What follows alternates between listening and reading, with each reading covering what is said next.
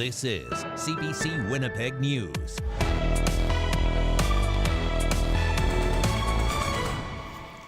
Good evening. Thank you for joining us. Another crash where Highway 1 meets Highway 5 opens painful wounds for some Manitobans. It happened at the same spot where a van transporting seniors collided with a semi-trailer, killing 17 people in June.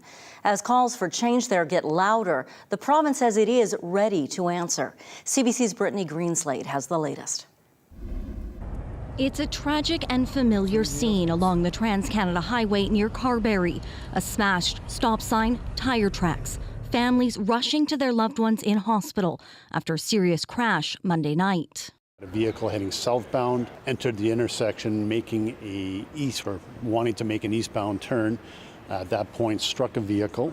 Both then hit a third. 3 people were rushed to hospital, including a woman in her 40s, airlifted in critical condition. All are expected to survive. But it's bringing back painful memories. Just steps away, 17 crosses for the lives of seniors killed in a crash at that same intersection just 6 weeks ago.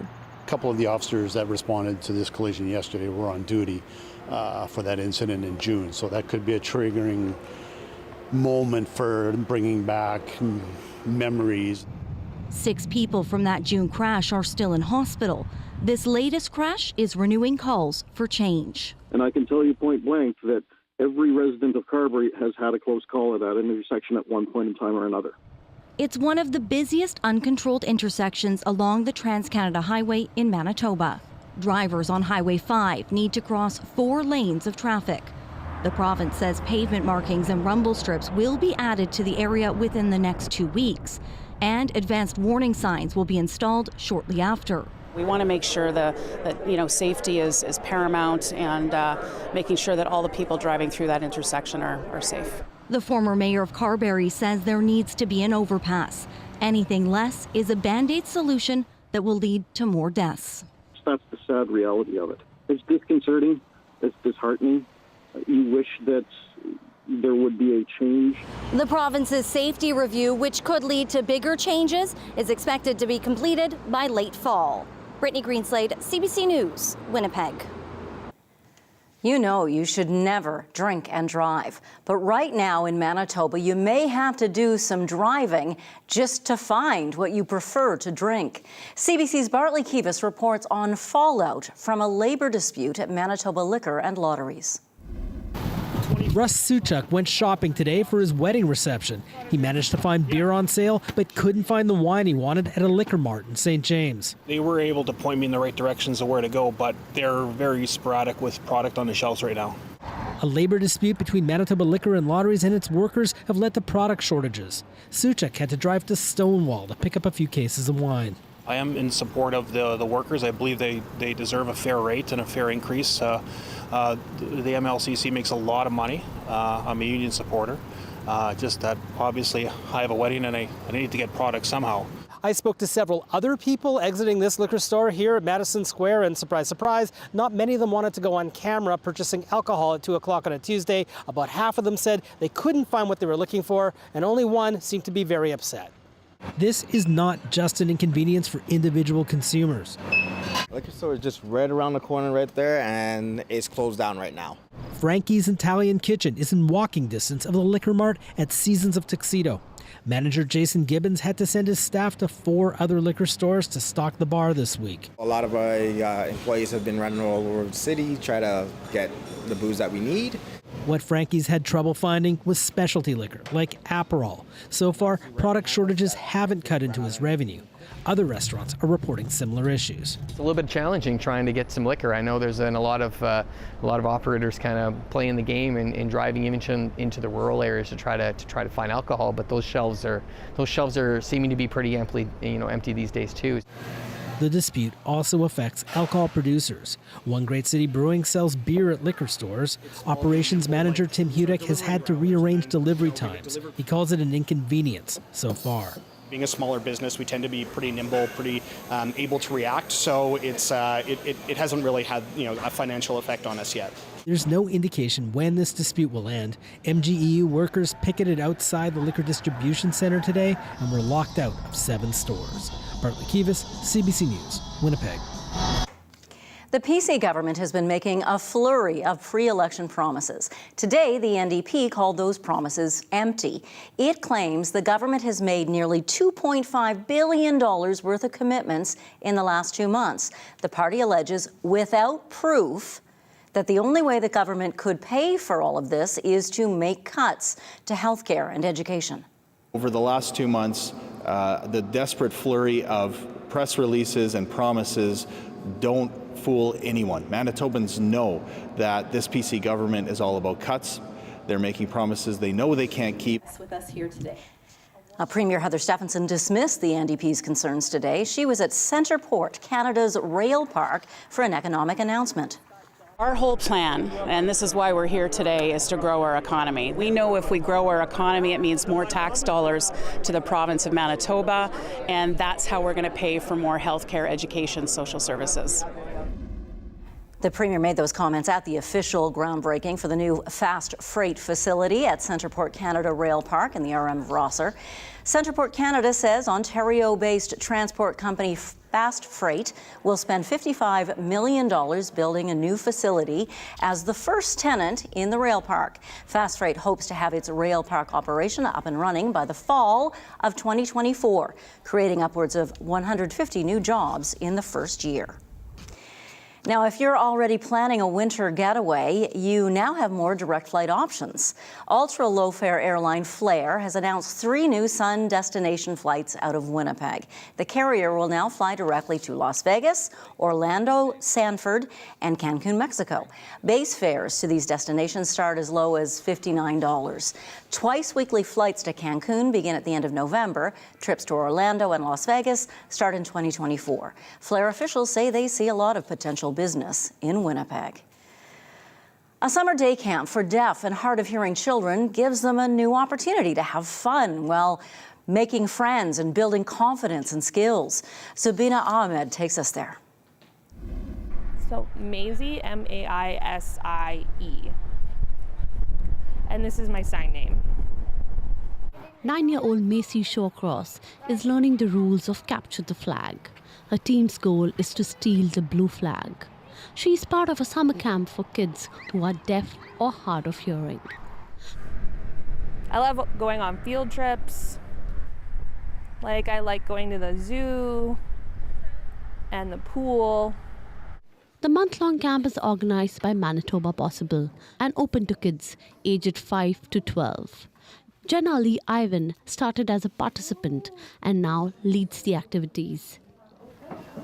We don't want kids, isolated during the summer, not being able to, attend other camps and feeling left out or maybe more isolated. So we offer an opportunity, barrier-free to communicate and be fully participating in a camp environment. Everyone communicates in ASL or American Sign Language and have interpreters to guide. Siblings like Simon Montate are also welcome. He wants to learn ASL to communicate with his sister. My sister is hard of hearing, so that means she can still hear a little bit, but not all of the sounds. So sometimes we need to repeat things a few times, or we need to do signs to help communicate, and that's what I want to learn. The camp focuses on inclusive physical education, arts, outdoor games, and water safety. Really love seeing the kids on the first day sort of show up and be kind of shy and maybe hesitant to participate, and then after a week they're just fully in it, socializing. They've picked up a bunch of new signs, and that's something I look forward to and love. Alternative, inclusive, and accessible. Ivan says the camp makes an impact by breaking barriers in the community. Sabina Ahmed, CBC News, Winnipeg.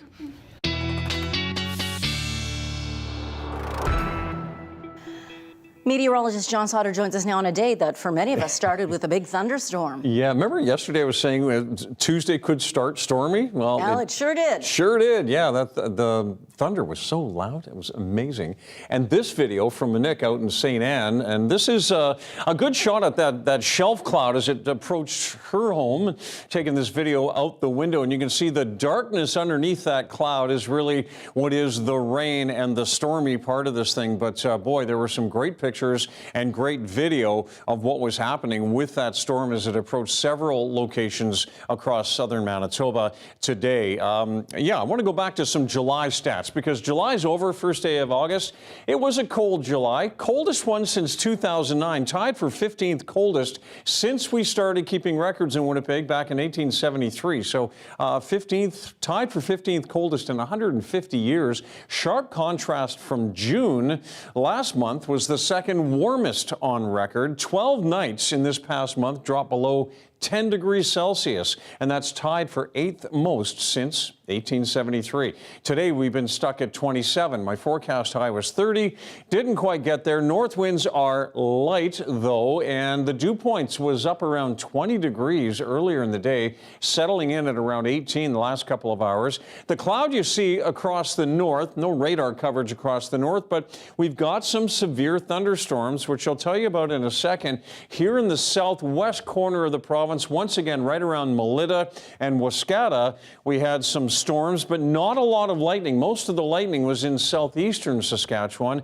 The real weather today is across the north. And north of Thompson, also just west of Thompson, there is a line of thunderstorms, severe storms that are running from Split Lake to Bradshaw Lake and moving west to east across the north here at about 30 kilometers per hour. So some severe thunderstorm watches, and these yellow shaded areas are warnings for severe weather that you can see here on Futurecast. It'll continue to move west to east through the night tonight, hanging in there just north of Thompson by morning. Here in the south, by morning, we have a few showers across the Interlake, but the far south is just dealing with sunshine and more heat on the way. And in the afternoon, the southeast corner of the province could have a passing shower and some rain from Thompson out through God's Lake, Island Lake, something to be aware of as you head through the day tomorrow. Thursday morning, looks like a pretty sunny province. It'll be another warm day on Thursday. And then as we get into Thursday afternoon and on into the evening, we get more showers and storms across the north while we head into another day with sunshine here in southern Manitoba. Full moon tonight, the low 17. More on that full moon in a second, but a sunny start to the day tomorrow, 31 in the afternoon, only a slight chance of a shower. And yes, it is a full moon. It was actually full at 1:31 this afternoon. It's the sturgeon moon because of the large amount of sturgeon fish in the Great Lakes at this time of year. And moonrise tonight will be right around 9:51, so you should be able to see that tonight. All right, I'll be back a little bit later with your 7-day forecast, Janet. Look forward to it, John. Thank you. Former U.S. President Donald Trump has been indicted for the third time in 4 months. New charges are connected to efforts to overturn the 2020 election and the January 6th attack. The attack on our nation's capital on January 6th, 2021, was an unprecedented assault on the seat of American democracy. As described in the indictment, it was fueled by lies. Lies by the defendant targeted at obstructing a bedrock function of the U.S. government, the nation's process of collecting, counting, and certifying the results of the presidential election. Do not want to see our election. Trump was indicted on 4 counts, including conspiracy to defraud the U.S. government. The charges also include witness tampering. Officials have testified Trump pressured them based on false claims of widespread voting fraud. Trump himself is due in court Thursday. This is Emancipation Day, the day slavery was officially banned throughout the British Empire 189 years ago.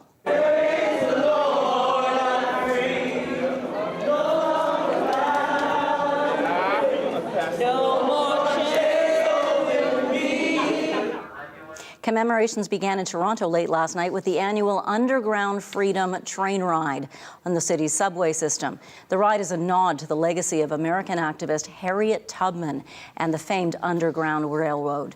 Here in Winnipeg, a Celebrate Emancipation Day event will be held at the Canadian Museum for Human Rights Friday, beginning at 6 p.m. Free admission tickets can be found online at humanrights.ca. Starting today, manufacturers are required to print health warnings on individual cigarettes sold in this country. As CBC's Albert De La Talla reports, Canada is the first nation in the world to make this move.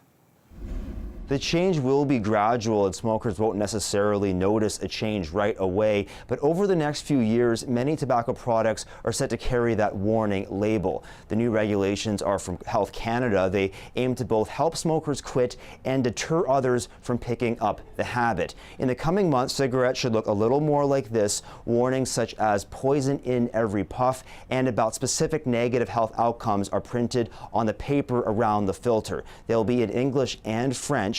In terms of the timeline, the larger king-size cigarettes will have to be labeled by the end of July of next year. Regular-size cigarettes and cigars with tipping paper and tubes will need the labels by the end of April of 2025. This move by Canada is actually the first in the world to require the printing of warnings for cigarettes. In terms of other countries around the world, there are a range of approaches. New Zealand recently moved with an aim of eliminating smoking in the country. Starting this year, its smoking age of 18 will rise each year until the whole population is banned from smoking. And the cost of a pack of cigarettes there is more than almost anywhere in the world, at more than 25 or so Canadian dollars. Mexico imposed some of the strictest anti-smoking laws as well. It now has a total ban on smoking in public places. That includes beaches, parks, and hotels. Also banned the promotion, advertising, and sponsorship of tobacco products. And in the European Union, 17 countries there, including Ireland, Greece, and Spain, have a near complete ban on smoking in enclosed public spaces, on public transit, and in workplaces. Since the labeling of every individual cigarette is a new strategy, it's a bit of an experiment, but experts who spoke to CBC News Network believe it will work. One of them is a senior policy analyst with the Canadian Cancer Society. He talked about how the changes could benefit young people and their parents. Teenagers are not as aware yet of the detail of the health effects as they will be when they're older. It's going to, they're going to be putting this health warning, which is going to be on the filter part of the cigarette, right in their mouth. It's simply a warning that cannot be ignored. And also kids, if their mother or father smokes at home, we often know that kids bug their parents to quit. Smoking remains Canada's leading preventable cause of death. Nearly 20 billion cigarettes are still sold in Canada each year. That's a lot of real estate to get the message out to quit. Albert De La Talla, CBC News, Toronto. Meta, the parent company of Facebook and Instagram, says it is now officially moving to end news access for Canadians on its platforms. The change will mean links to news articles and other content posted by Canadian publishers and broadcasters will no longer be viewable on social media platforms in Canada. Meta has been fighting with the federal government over the Online News Act, which was meant to get social media companies to pay Canadian news outlets for content shared on their platforms. They often work together to help keep Winnipeggers safe, but on the court, all cooperation ends. See how the rivalry between police and firefighters heats up at the World Police and Fire Games next. You're watching CBC Winnipeg News. When it comes to your news, you want up-to-the-minute access. Anytime, anywhere. Get the facts straight from the source. Download the free CBC News app or visit cbcnews.ca for news you can trust.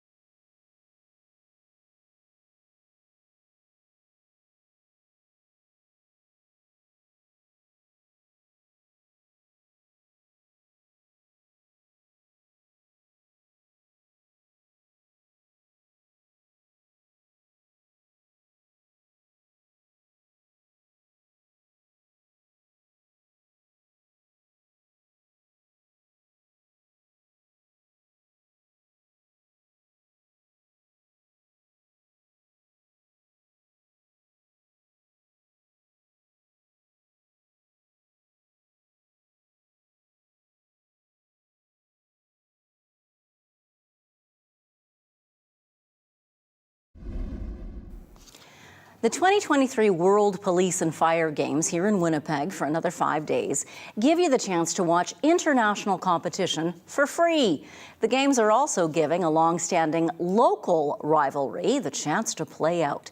CBC's Jim Agapito went to Investors Group Athletic Centre at the University of Manitoba on Sunday to watch Winnipeg police officers and firefighters face off.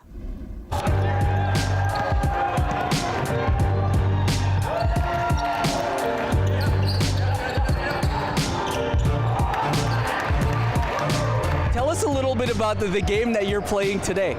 So it's a big game today. We're playing the Winnipeg Police. We really want this win. It's a rivalry. We played a couple games against each other all year, and we really want this one. Can you tell me a little bit about that rivalry? Well, it's just goes hand in hand with first responders. We work together, but we also like to compete as the professions like to draw, I guess, upon athletic people. And so they play sports and we play sports, and it just kind of goes hand in hand with what we do for a living. There's a rivalry between you first responders. I'm wondering, tell me a little bit about what the game is going to be like today. It's going to be pretty intense from my understanding. I've heard people who are not even interested in basketball heard about the rivalry, so they're coming out to watch and see what it's like when police are playing against the firefighters. And in terms of teams, who are you supporting today? As my kid, I kind of like a lot the firefighters, right? The first responders. They're always the first ones to be there when you need them, right? And what's your prediction then for today? Because I know this has been a long-standing rivalry for such a time. So tell me how it's going to go. It's going to go that we're going to compete really hard, really well, and at the end, WPS is coming out on top. Tell me, how's it going to go? It's going to be intense. Like I said, I expect it to be real intense from the hop. Like a lot of angry faces, a lot of guys yelling and screaming, and like I said, when it's all said and done, hopefully we're the ones smiling. What brought you down here today? Well, I kind of wanted to watch basketball because I haven't watched any basketball games for a while, so wanted to watch.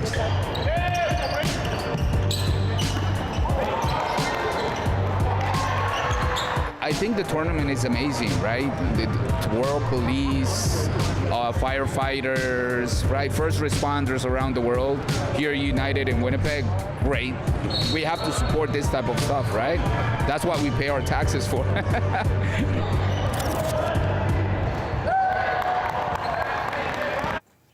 Nice shot, hey?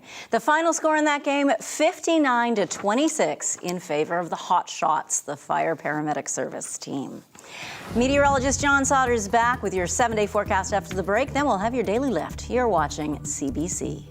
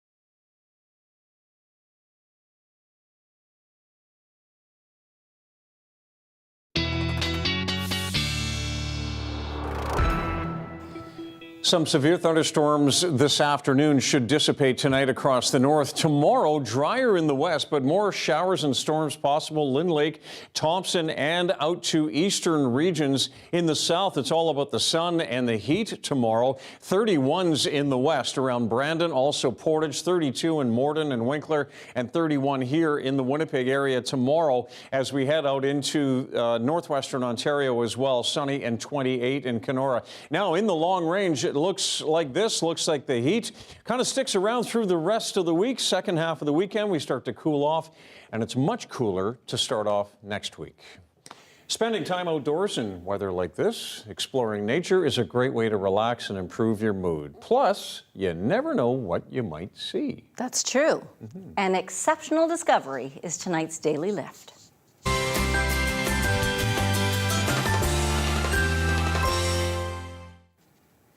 TJ Watt is an avid hiker and environmentalist who lives in BC. For 20 years, his passion has been seeking out giant old trees and then making a case to protect them from logging.